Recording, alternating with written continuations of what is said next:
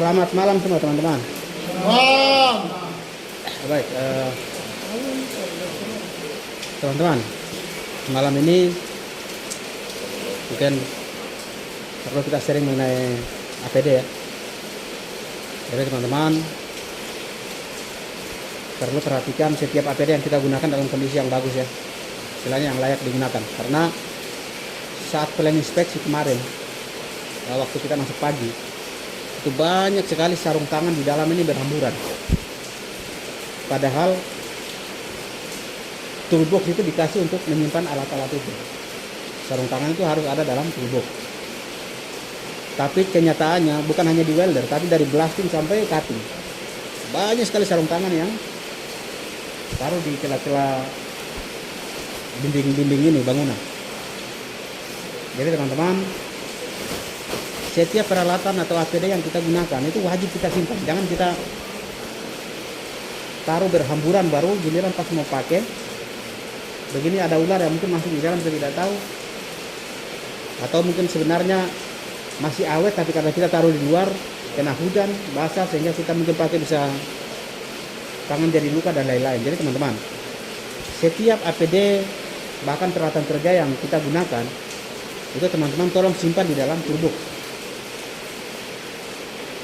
Dan tempo hari juga waktu kita plan inspeksi itu banyak sarung tangan yang mereka tumpuk di area blasting. Terus kita foto, kita bicara bahas itu, teman-teman bilang semua sarung tangan kita kumpul satu tempat. Padahal SOP-nya tidak seperti itu. Saya yang ambil sarung tangan pasti pakai nama saya, dan itu pun setelah saya mau pulang pasti masuk di toolbox. Jadi bukan hanya asal taruh tumpuk-tumpuk saja. Kalau misalnya taruh tumpuk seperti itu, kemungkinan untuk rusak itu cepat. Karena orang mau pakai pasti dia cari yang masih bagus. Nah, jadi teman-teman, mari kita kembali pada SOP yang ada. Setiap peralatan kita gunakan, pastikan kita simpan sesuai dengan SOP yang ada. Jadi pengadaan barang juga diatur, kemudian proses penyimpanan juga diatur.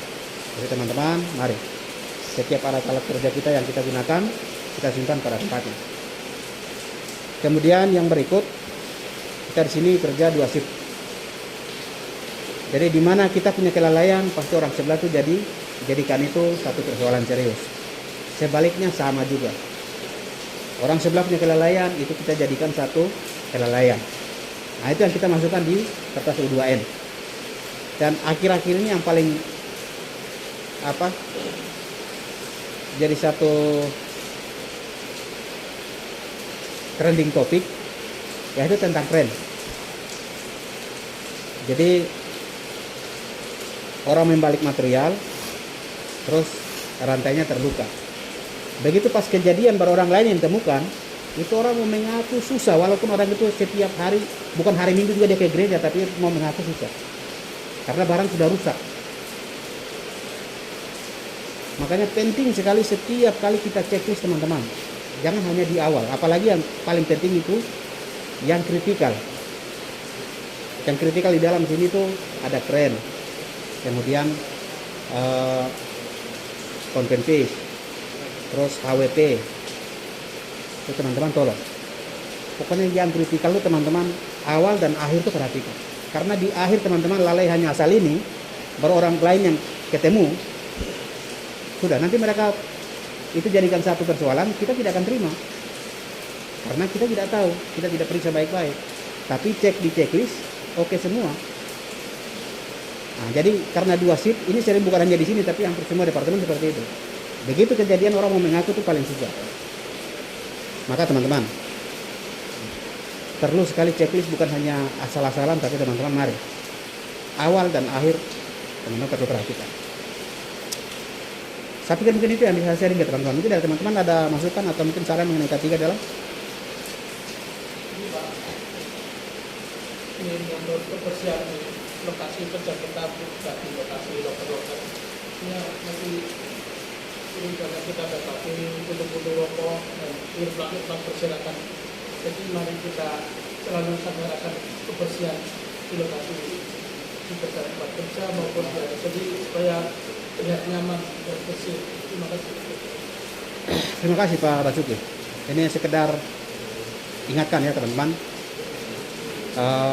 masalah housekeeping ini ya sepele, tapi kita lihat teman-teman, di mana area kita mungkin 2 hari berturut kita kerja di situ, lalu ada orang lain datang kerja, dia tidak sapu baru dia pulang, teman-teman perasaan bagaimana?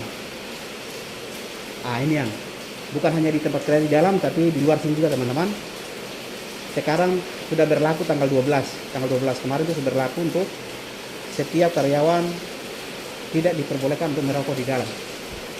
Dan itu saya yakin teman-teman sudah pahami dan sudah lakukan. Namun teman-teman pastikan, orang tanya kita mengaku tidak merokok di sini, tapi kalau orang ketemu di bawah sini pasti ada puntung rokok. Itu juga orang menyangkal juga. Jadi teman-teman, masalah housekeeping saya pikir tidak perlu orang kasih tahu, tapi kesadaran kita. Kita pikir begitu ya. Dari yang lain mungkin ada lagi. Baik, kalau tidak ada, saya pikir cukup teman-teman seperti biasa. Sebelum kita masuk beraktivitas, kita berdoa agar kita diberi keselamatan dari malam ini sampai kita pulang. Teman-teman silakan berdoa meletakkan keyakinan masing-masing. Berdoa mulai.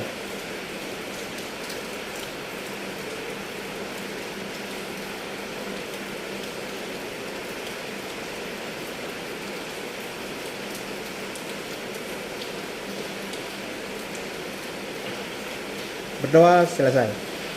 Terima kasih atas perhatian dan selamat malam semua. Osok belum masuk kah? Hari ini masuk hari ini.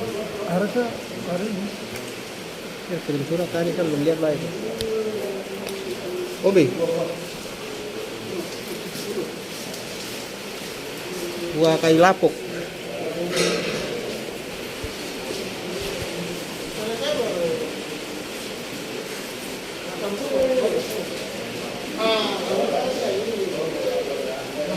Yang merah tuh boleh.